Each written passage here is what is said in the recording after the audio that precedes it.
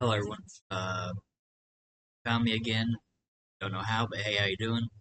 Uh, Rather than do another one for TrueNAS, I'm going to show another one on Docker with basic Linux. You can probably do it through QNAP, Ugreen, Synology, rather than set up your special permissions on something like TrueNAS. But I will be going back to TrueNAS. Enough rambling. We're looking at file browser. Uh, I suggest that you look into their documentation and their repository, as they're saying they're going into maintenance mode. I'm unsure if that means they're done with this project or it's just on a hiatus, possibly. I always check their repository.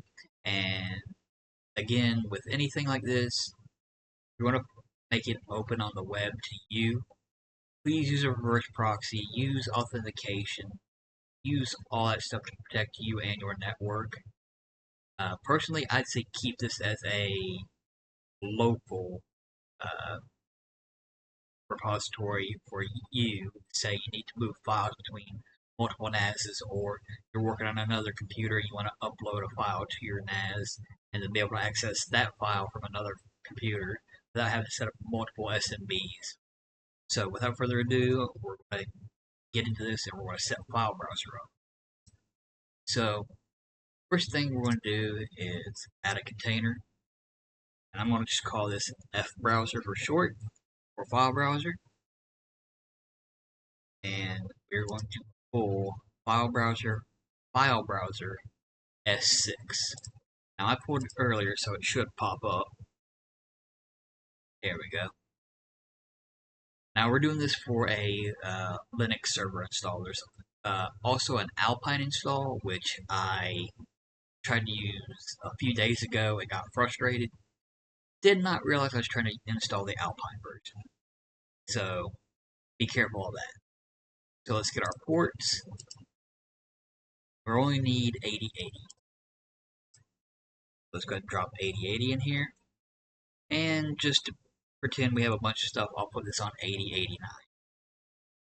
So our next bit of thing we need to do is set up our paths. So we need /serve, go to volumes, and we're going to need 3 of these. So /serve,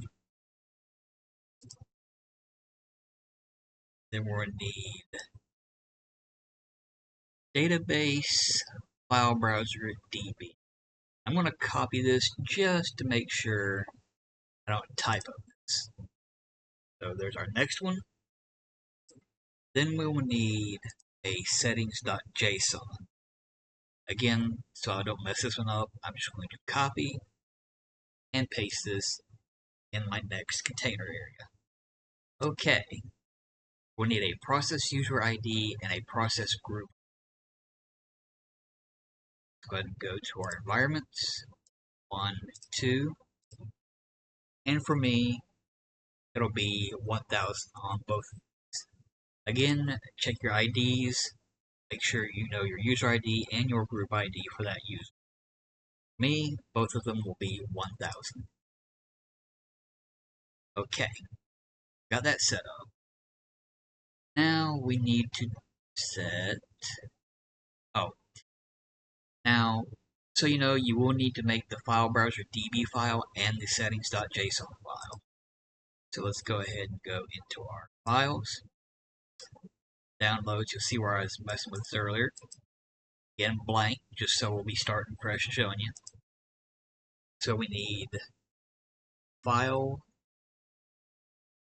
browser.db,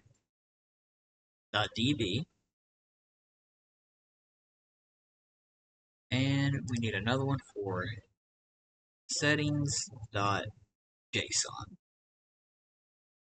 Okay. Now we'll go back to their page, go to configuration, and we'll just copy the raw file. Also, you can click raw and Control A, Control C if you like. Alright, back to our file browser folder. Go inside of JSON. I'm going to use Featherpad, and we're going to do Control V. And even though 8080 can be populated as 8080, I'm still going to add the other 80 on here. Save that. That's all you need to do here. Close, and we should be ready to possibly deploy the container. But we're not. What am I missing? Hmm.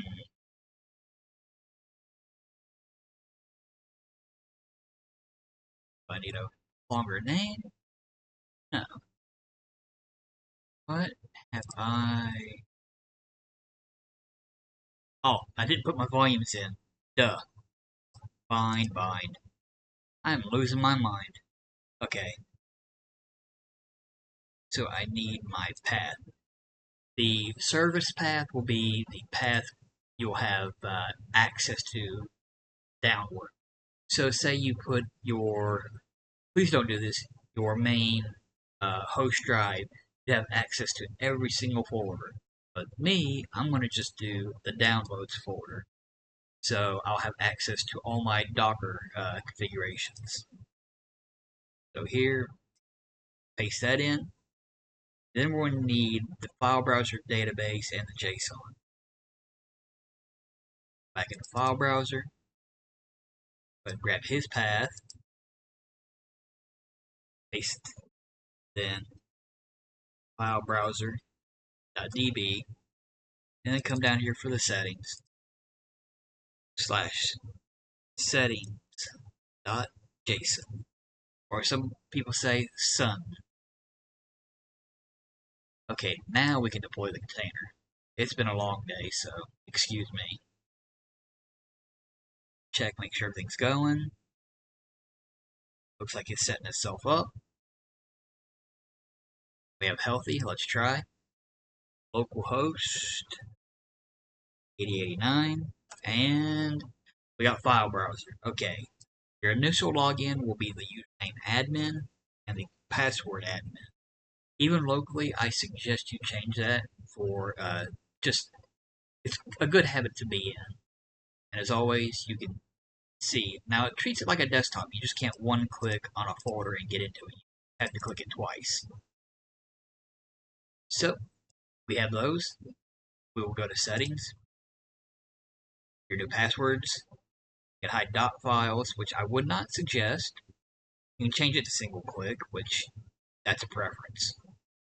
You can shut your share management, global settings, such as, again, it's up to you if you expose this to the internet, but please be safe with it. You can allow users sign up and set file limits and stuff like that. And then you can also manually create new users. Now, what I would say is, even for you, change the admin's password and then create yourself a user. Okay, so say, here we are. What if we create a new folder? Let's create testing YouTube. Let's create that. It'll take us directly into that folder. We'll go back to home. See it here, but is it in our computer? Go to downloads. Looky there. Testing YouTube. But hey, what if we just make a blank file and call this YouTube file? Well, is that going to show up on our file browser? Yes, it is. Can we access that file? Absolutely, since this is a text file technically. Let's do hello YouTube. This is just a text document. And we will save our file.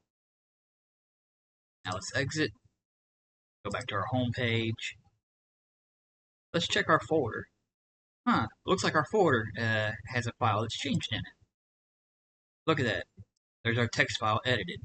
So yes, if you have a settings file or folder that you need to change for some reason, something maybe went wrong, and you don't want to go all the way straight to your NAS, and you have access to file browser, you could possibly change it and reboot it, or re-up your container.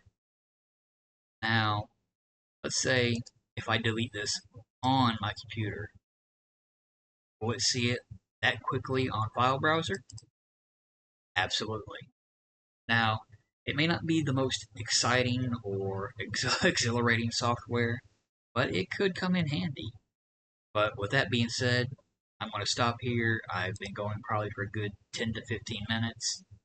A longer video again. Sorry about that. But hey, we're back to regular old Linux Docker. Anyway, catch you guys in the next one.